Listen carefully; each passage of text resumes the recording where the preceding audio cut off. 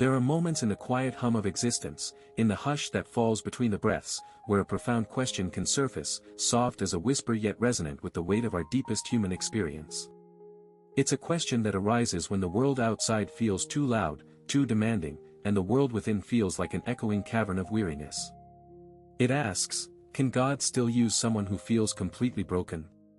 Someone who is tired, perhaps profoundly so, their spirit dimmed by the relentless press of life, their capacity to give feeling utterly depleted, as if the last reserves have been spent on simply enduring. This is not a question born of intellectual curiosity, but of a raw, visceral ache that settles deep in the bones, a feeling of being utterly spent, hollowed out by struggles that have left one feeling fragile, perhaps even shattered. It's the quiet despair that whispers, am I too damaged? Too flawed? Is there anything left within me that the divine could possibly find worthy, or even capable, of touching, of shaping, of working through?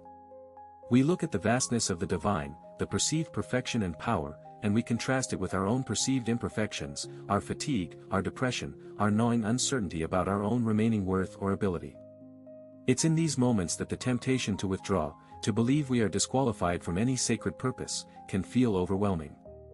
Yet, history, and indeed the very fabric of spiritual narrative, offers a counterpoint to this pervasive sense of inadequacy.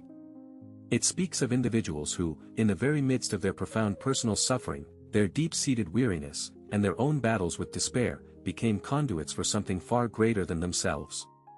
Consider Charles Spurgeon, a name synonymous with powerful preaching and unwavering faith, a man who captivated thousands with his eloquence and spiritual insight. What is often less spoken of, or perhaps more difficult for us to truly grasp, is the landscape of his inner world. Spurgeon lived a life marked by significant personal pain, chronic illness, and deep emotional struggles, including periods of profound depression. He was not a man untouched by the very brokenness we feel, he was intimately acquainted with it. He knew the feeling of being tired, of battling inner demons, of questioning one's own strength and ability to continue. He preached to thousands while carrying his own considerable burdens, his own private Gethsemane.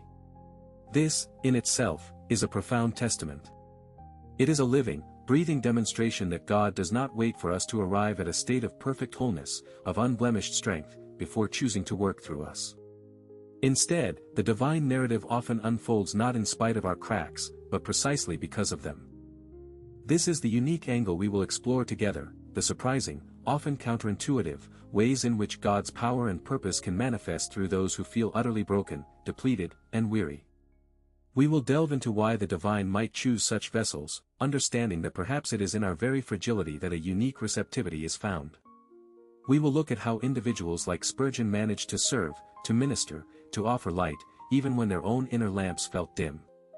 We will uncover the unexpected strength that can be found in perceived weakness when surrendered to a higher power, and how those very scars, those places where we feel most wounded, can become the very points through which divine light shines most brilliantly. This journey is not about finding a way to magically erase our pain or overcome our fatigue through sheer willpower.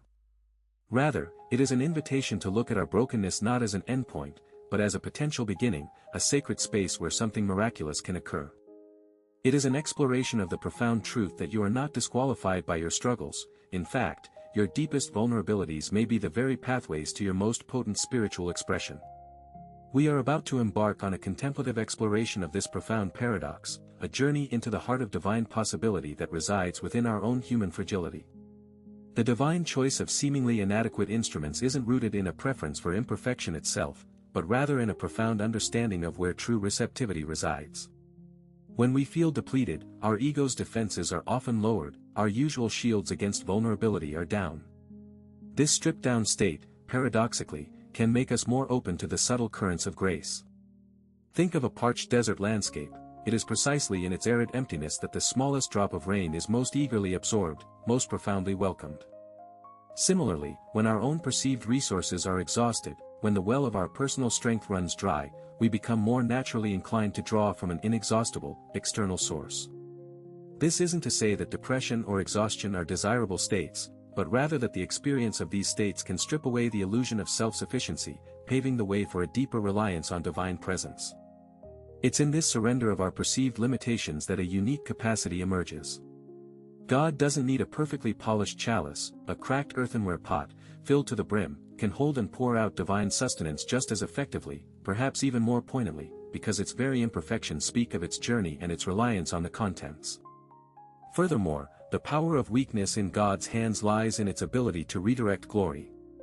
When a task is accomplished through someone perceived as strong and capable, the natural inclination is to praise the individual's inherent abilities. However, when something extraordinary happens through someone who is visibly struggling, whose efforts seem to defy their own limitations, the praise naturally gravitates towards the divine power that is enabling them. This serves as a powerful testimony, a visible demonstration that the strength is not of the individual, but of God working through them. Spurgeon's ministry, carried out amidst debilitating physical pain and recurrent mental anguish, became a beacon precisely because it was so clearly beyond his own unaided capacity. His very struggle amplified the message of divine empowerment. It's akin to watching a sailor navigate a storm not with an invincible ship, but with sheer grit and an unshakable trust in a compass, even as the waves crash over the deck. The storm doesn't diminish the sailor's skill, it reveals the steadfastness of their guidance system. Another crucial layer to consider is how embracing our perceived brokenness can foster profound empathy and connection with others who are also suffering. When we are open about our own struggles, when we don't pretend to have all the answers or to be perpetually strong, we create a safe space for others to reveal their own vulnerabilities. This authenticity builds bridges of understanding that polished perfection cannot. Spurgeon, by not hiding his internal battles, resonated deeply with countless individuals who were also wrestling with doubt, despair, and physical ailments. His willingness to be transparent about his own cracks allowed his message of hope and divine presence to penetrate the hearts of those who felt similarly afflicted. It's like finding a fellow traveler on a difficult path who, instead of boasting about their effortless journey, shares the blisters on their feet and the moments they almost gave up, thereby making the shared struggle feel less isolating and more navigable. This shared humanity, born from acknowledging our imperfections, is a potent force for spiritual connection and collective healing. Building on this, the concept of brokenness can also be reframed as a crucible for character refinement. The pressures and pains we endure, when met with a spirit of surrender, can forge resilience, deepen compassion, and clarify our spiritual priorities. It's in the fiery trials that the impurities of our ego are burned away, leaving behind a more refined and potent essence. Consider the process of crafting a fine musical instrument. It often begins with wood that has been weathered, seasoned, and shaped by forces that might initially seem destructive. Yet, it is this very process that imbues the wood with the resonance and tonal quality that will later bring forth beautiful music. In a similar way, our own trials, when faced with an orientation towards divine purpose, can transform us into instruments capable of producing a richer, more profound spiritual resonance. This isn't about romanticizing suffering, but about recognizing the potential for growth and transformation that lies within it, a potential unlocked when we allow the divine to work within and through our perceived limitations. When we speak of how individuals like Spurgeon served amidst their struggles, it's essential to understand the mechanisms of that service, the practical outworking of divine enablement that transcends personal limitations. This wasn't merely about enduring, it was about actively participating in a spiritual current that sustained and directed his efforts. Consider the discipline of intention. Even when overwhelmed by fatigue or despair, Spurgeon would consciously set his intention towards his calling, towards the needs of those he served. This wasn't a passive wish, but an active engagement of the will, a redirection of focus from the internal landscape of suffering to the external reality of ministry. He cultivated practices that anchored him, moments of deliberate connection to a purpose larger than his own pain. For instance, he might have focused intensely on a single verse of Scripture, allowing its truth to saturate his awareness, overriding the insistent whispers of doubt. This deliberate focusing, this conscious alignment of his inner compass, created a channel through which divine energy could flow, empowering him to speak, to write, to lead, even when his physical body ached and his spirit felt heavy. It's like a skilled artisan who, despite a tremor in their hand, meticulously guides the tool, focusing on the precise point of contact, allowing the ingrained skill and the quality of the material to guide the creation. Moreover, the profound impact of gratitude, even in the depths of hardship, plays a pivotal role. It might seem counterintuitive, but cultivating thankfulness when feeling utterly depleted can be a radical act of defiance against despair. Spurgeon, despite his own torments, often expressed deep gratitude for the opportunities to serve, for the listeners who received his message, and for the divine strength that sustained him. This wasn't a superficial or forced positivity, but a deep-seated recognition of the blessings that persisted, however small they might have seemed against the backdrop of his suffering. By shifting his internal narrative from one of lack to one of appreciation, he opened himself to receive more. Gratitude acts as a spiritual magnet, drawing further grace and resilience. Imagine a garden that, despite a harsh winter, still has a few hardy plants that bloom. Focusing on those blooms, nurturing them with appreciation, can bring a sense of life and color back into the landscape, reminding the gardener of the potential for future growth. This practice of thankfulness, even in the face of immense personal struggle, doesn't negate the pain, but it reorients the perspective, allowing divine light to penetrate the darkness. A further dimension to consider is the power of surrendered action. When we are tired and feel we have nothing left, the instinct can be to withdraw, to cease all effort.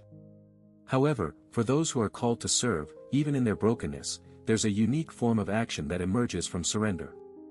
It's not about pushing harder or summoning more personal strength, but about allowing divine will to move through them. Spurgeon's ministry continued not because he miraculously overcame his afflictions, but because he learned to operate within them, to allow God's power to be made perfect in his weakness. This might have looked like delivering a sermon with immense physical effort, or writing a letter of encouragement when he himself felt deeply discouraged. The action itself became a prayer, a testament to his trust in a power that transcended his own capabilities. It's akin to a river that, encountering a series of rocks, doesn't stop flowing but finds a way to navigate around them, its power undiminished, its course altered but not halted. The river's ultimate destination is still the sea, and its journey is characterized by adaptation and persistent flow, not by brute force against immovable obstacles. This surrendered action, born from a place of deep reliance, allows divine purpose to unfold, even when the vessel feels fragile. The transformative power of surrender isn't about passive resignation, but an active yielding of the ego's grip on control, especially when faced with profound fatigue or emotional depletion. This is particularly relevant when we feel our reserves are utterly spent. Instead of striving to force ourselves to perform or will ourselves out of despair, the spiritual wisdom points toward a different kind of engagement, allowing the divine current to carry us. This involves a conscious decision to release the burden of needing to be the sole architect of our actions. Consider the practice of letting go not as abandoning responsibility, but as entrusting the outcome and the energy to a higher intelligence. When you are bone-weary, the very act of trying to muster more strength can be counterproductive, like trying to squeeze water from a stone. True restoration, in these moments, often begins when we cease the internal struggle against our own exhaustion and instead turn that energy outward, in simple, quiet trust. It's about recognizing that the divine doesn't require us to be fully charged batteries. It can work with a flickering pilot light, guiding its flame. Think of a sculptor who, after roughing out the basic form, then uses finer tools with delicate precision, allowing the stone's natural grain to inform the final touches. Your role shifts from forceful shaping to gentle guidance, from strenuous effort to mindful allowing. This principle of yielding becomes especially potent when we address the often overlooked aspect of spiritual fatigue, a weariness that transcends mere physical tiredness. It's the soul's exhaustion, the deep-seated fatigue that can arise from prolonged periods of spiritual striving, emotional vulnerability, or the sheer weight of life's challenges. In such states, the inclination is to push through, to believe that more effort is the only solution. However, the deeper truth is that often, the most profound healing and renewed capacity come not from increased effort, but from a deliberate practice of spiritual rest and recalibration. This means actively creating space for stillness, not as an absence of activity, but as a presence of divine communion. It's about recognizing that just as a field needs to lie fallow to regain its fertility, so too does the soul require periods of gentle repose to replenish its vital energies. Now, consider how this applies when you face a moment of intense spiritual weariness. Instead of scheduling more demanding spiritual disciplines, perhaps the most potent act would be to simply sit in silence, to breathe, and to allow whatever is present to be present without judgment, trusting that in this stillness, restoration is already underway. This is not about inactivity, it is about a different mode of being, one that is receptive rather than striving. Furthermore, embracing the concept of surrender allows us to reframe our perceived failures or moments of weakness not as indictments of our worth, but as essential components of our spiritual journey. When we feel broken, depressed, and depleted, it's easy to view these states as personal shortcomings, as evidence that we are fundamentally incapable of fulfilling a divine purpose. However, a more expansive perspective reveals these experiences as crucibles, opportunities for profound inner transformation. The very act of acknowledging our brokenness, of admitting our weariness, and of surrendering our desire for perfection can paradoxically unlock a deeper, more resilient form of strength. It's in these moments of admitting our limitations that we become most open to the divine infusion of grace that can carry us forward. Think of a river that, upon encountering a large boulder, doesn't try to smash through it with brute force. Instead, it flows around it, adapting its course, finding a new path that ultimately leads it to the sea. The boulder doesn't stop the river, it merely redirects its flow, often creating new currents and eddies that add to its character and complexity. Similarly, our moments of feeling broken can serve as redirections, prompting us to discover new depths of resilience and reliance on divine support, ultimately enriching our spiritual journey. Another crucial layer to understanding how God works through the weary and broken is to examine the role of vulnerability in fostering authentic connection. When we present a facade of unbroken strength, we inadvertently create a distance between ourselves and others who are struggling. Conversely, when we allow our vulnerability to be seen, when we acknowledge our own fatigue and our own moments of feeling utterly spent, we create an environment of trust and shared humanity. This authenticity is a powerful conduit for divine love to flow. It allows others to see themselves reflected in our experiences, to feel less alone in their own struggles. Spurgeon's ability to connect with his congregation on such a deep level, even while battling his own inner turmoil, stemmed in part from his willingness to be human, to be imperfect, and to share the reality of his journey. It's like a seasoned gardener who, when tending to a wilting plant, doesn't just offer water but also gently adjusts the soil, checks for pests, and speaks words of encouragement, acknowledging the plant's struggle with empathy. This holistic approach, recognizing the plant's complete state, is what fosters true recovery and growth. In our own lives, this translates to offering compassion not only to others but also to ourselves, acknowledging our weariness and allowing divine tenderness to touch those tender places. Finally, the concept of divine enablement offers a profound shift in perspective when we feel we have nothing left to give. It suggests that our capacity to serve is not solely dependent on our personal reserves of energy or talent, but on a continuous flow of divine power that can be accessed through our willing surrender. This means that even in states of profound depletion, we can still be channels for divine action. It's not about mustering strength from within, but about remaining open to receiving it from without. This is particularly relevant for those experiencing depression or overwhelming fatigue. The spiritual path here is not one of forced exertion, but of cultivating a receptive posture. Consider a finely tuned instrument that, when touched by a musician's bow, produces beautiful music.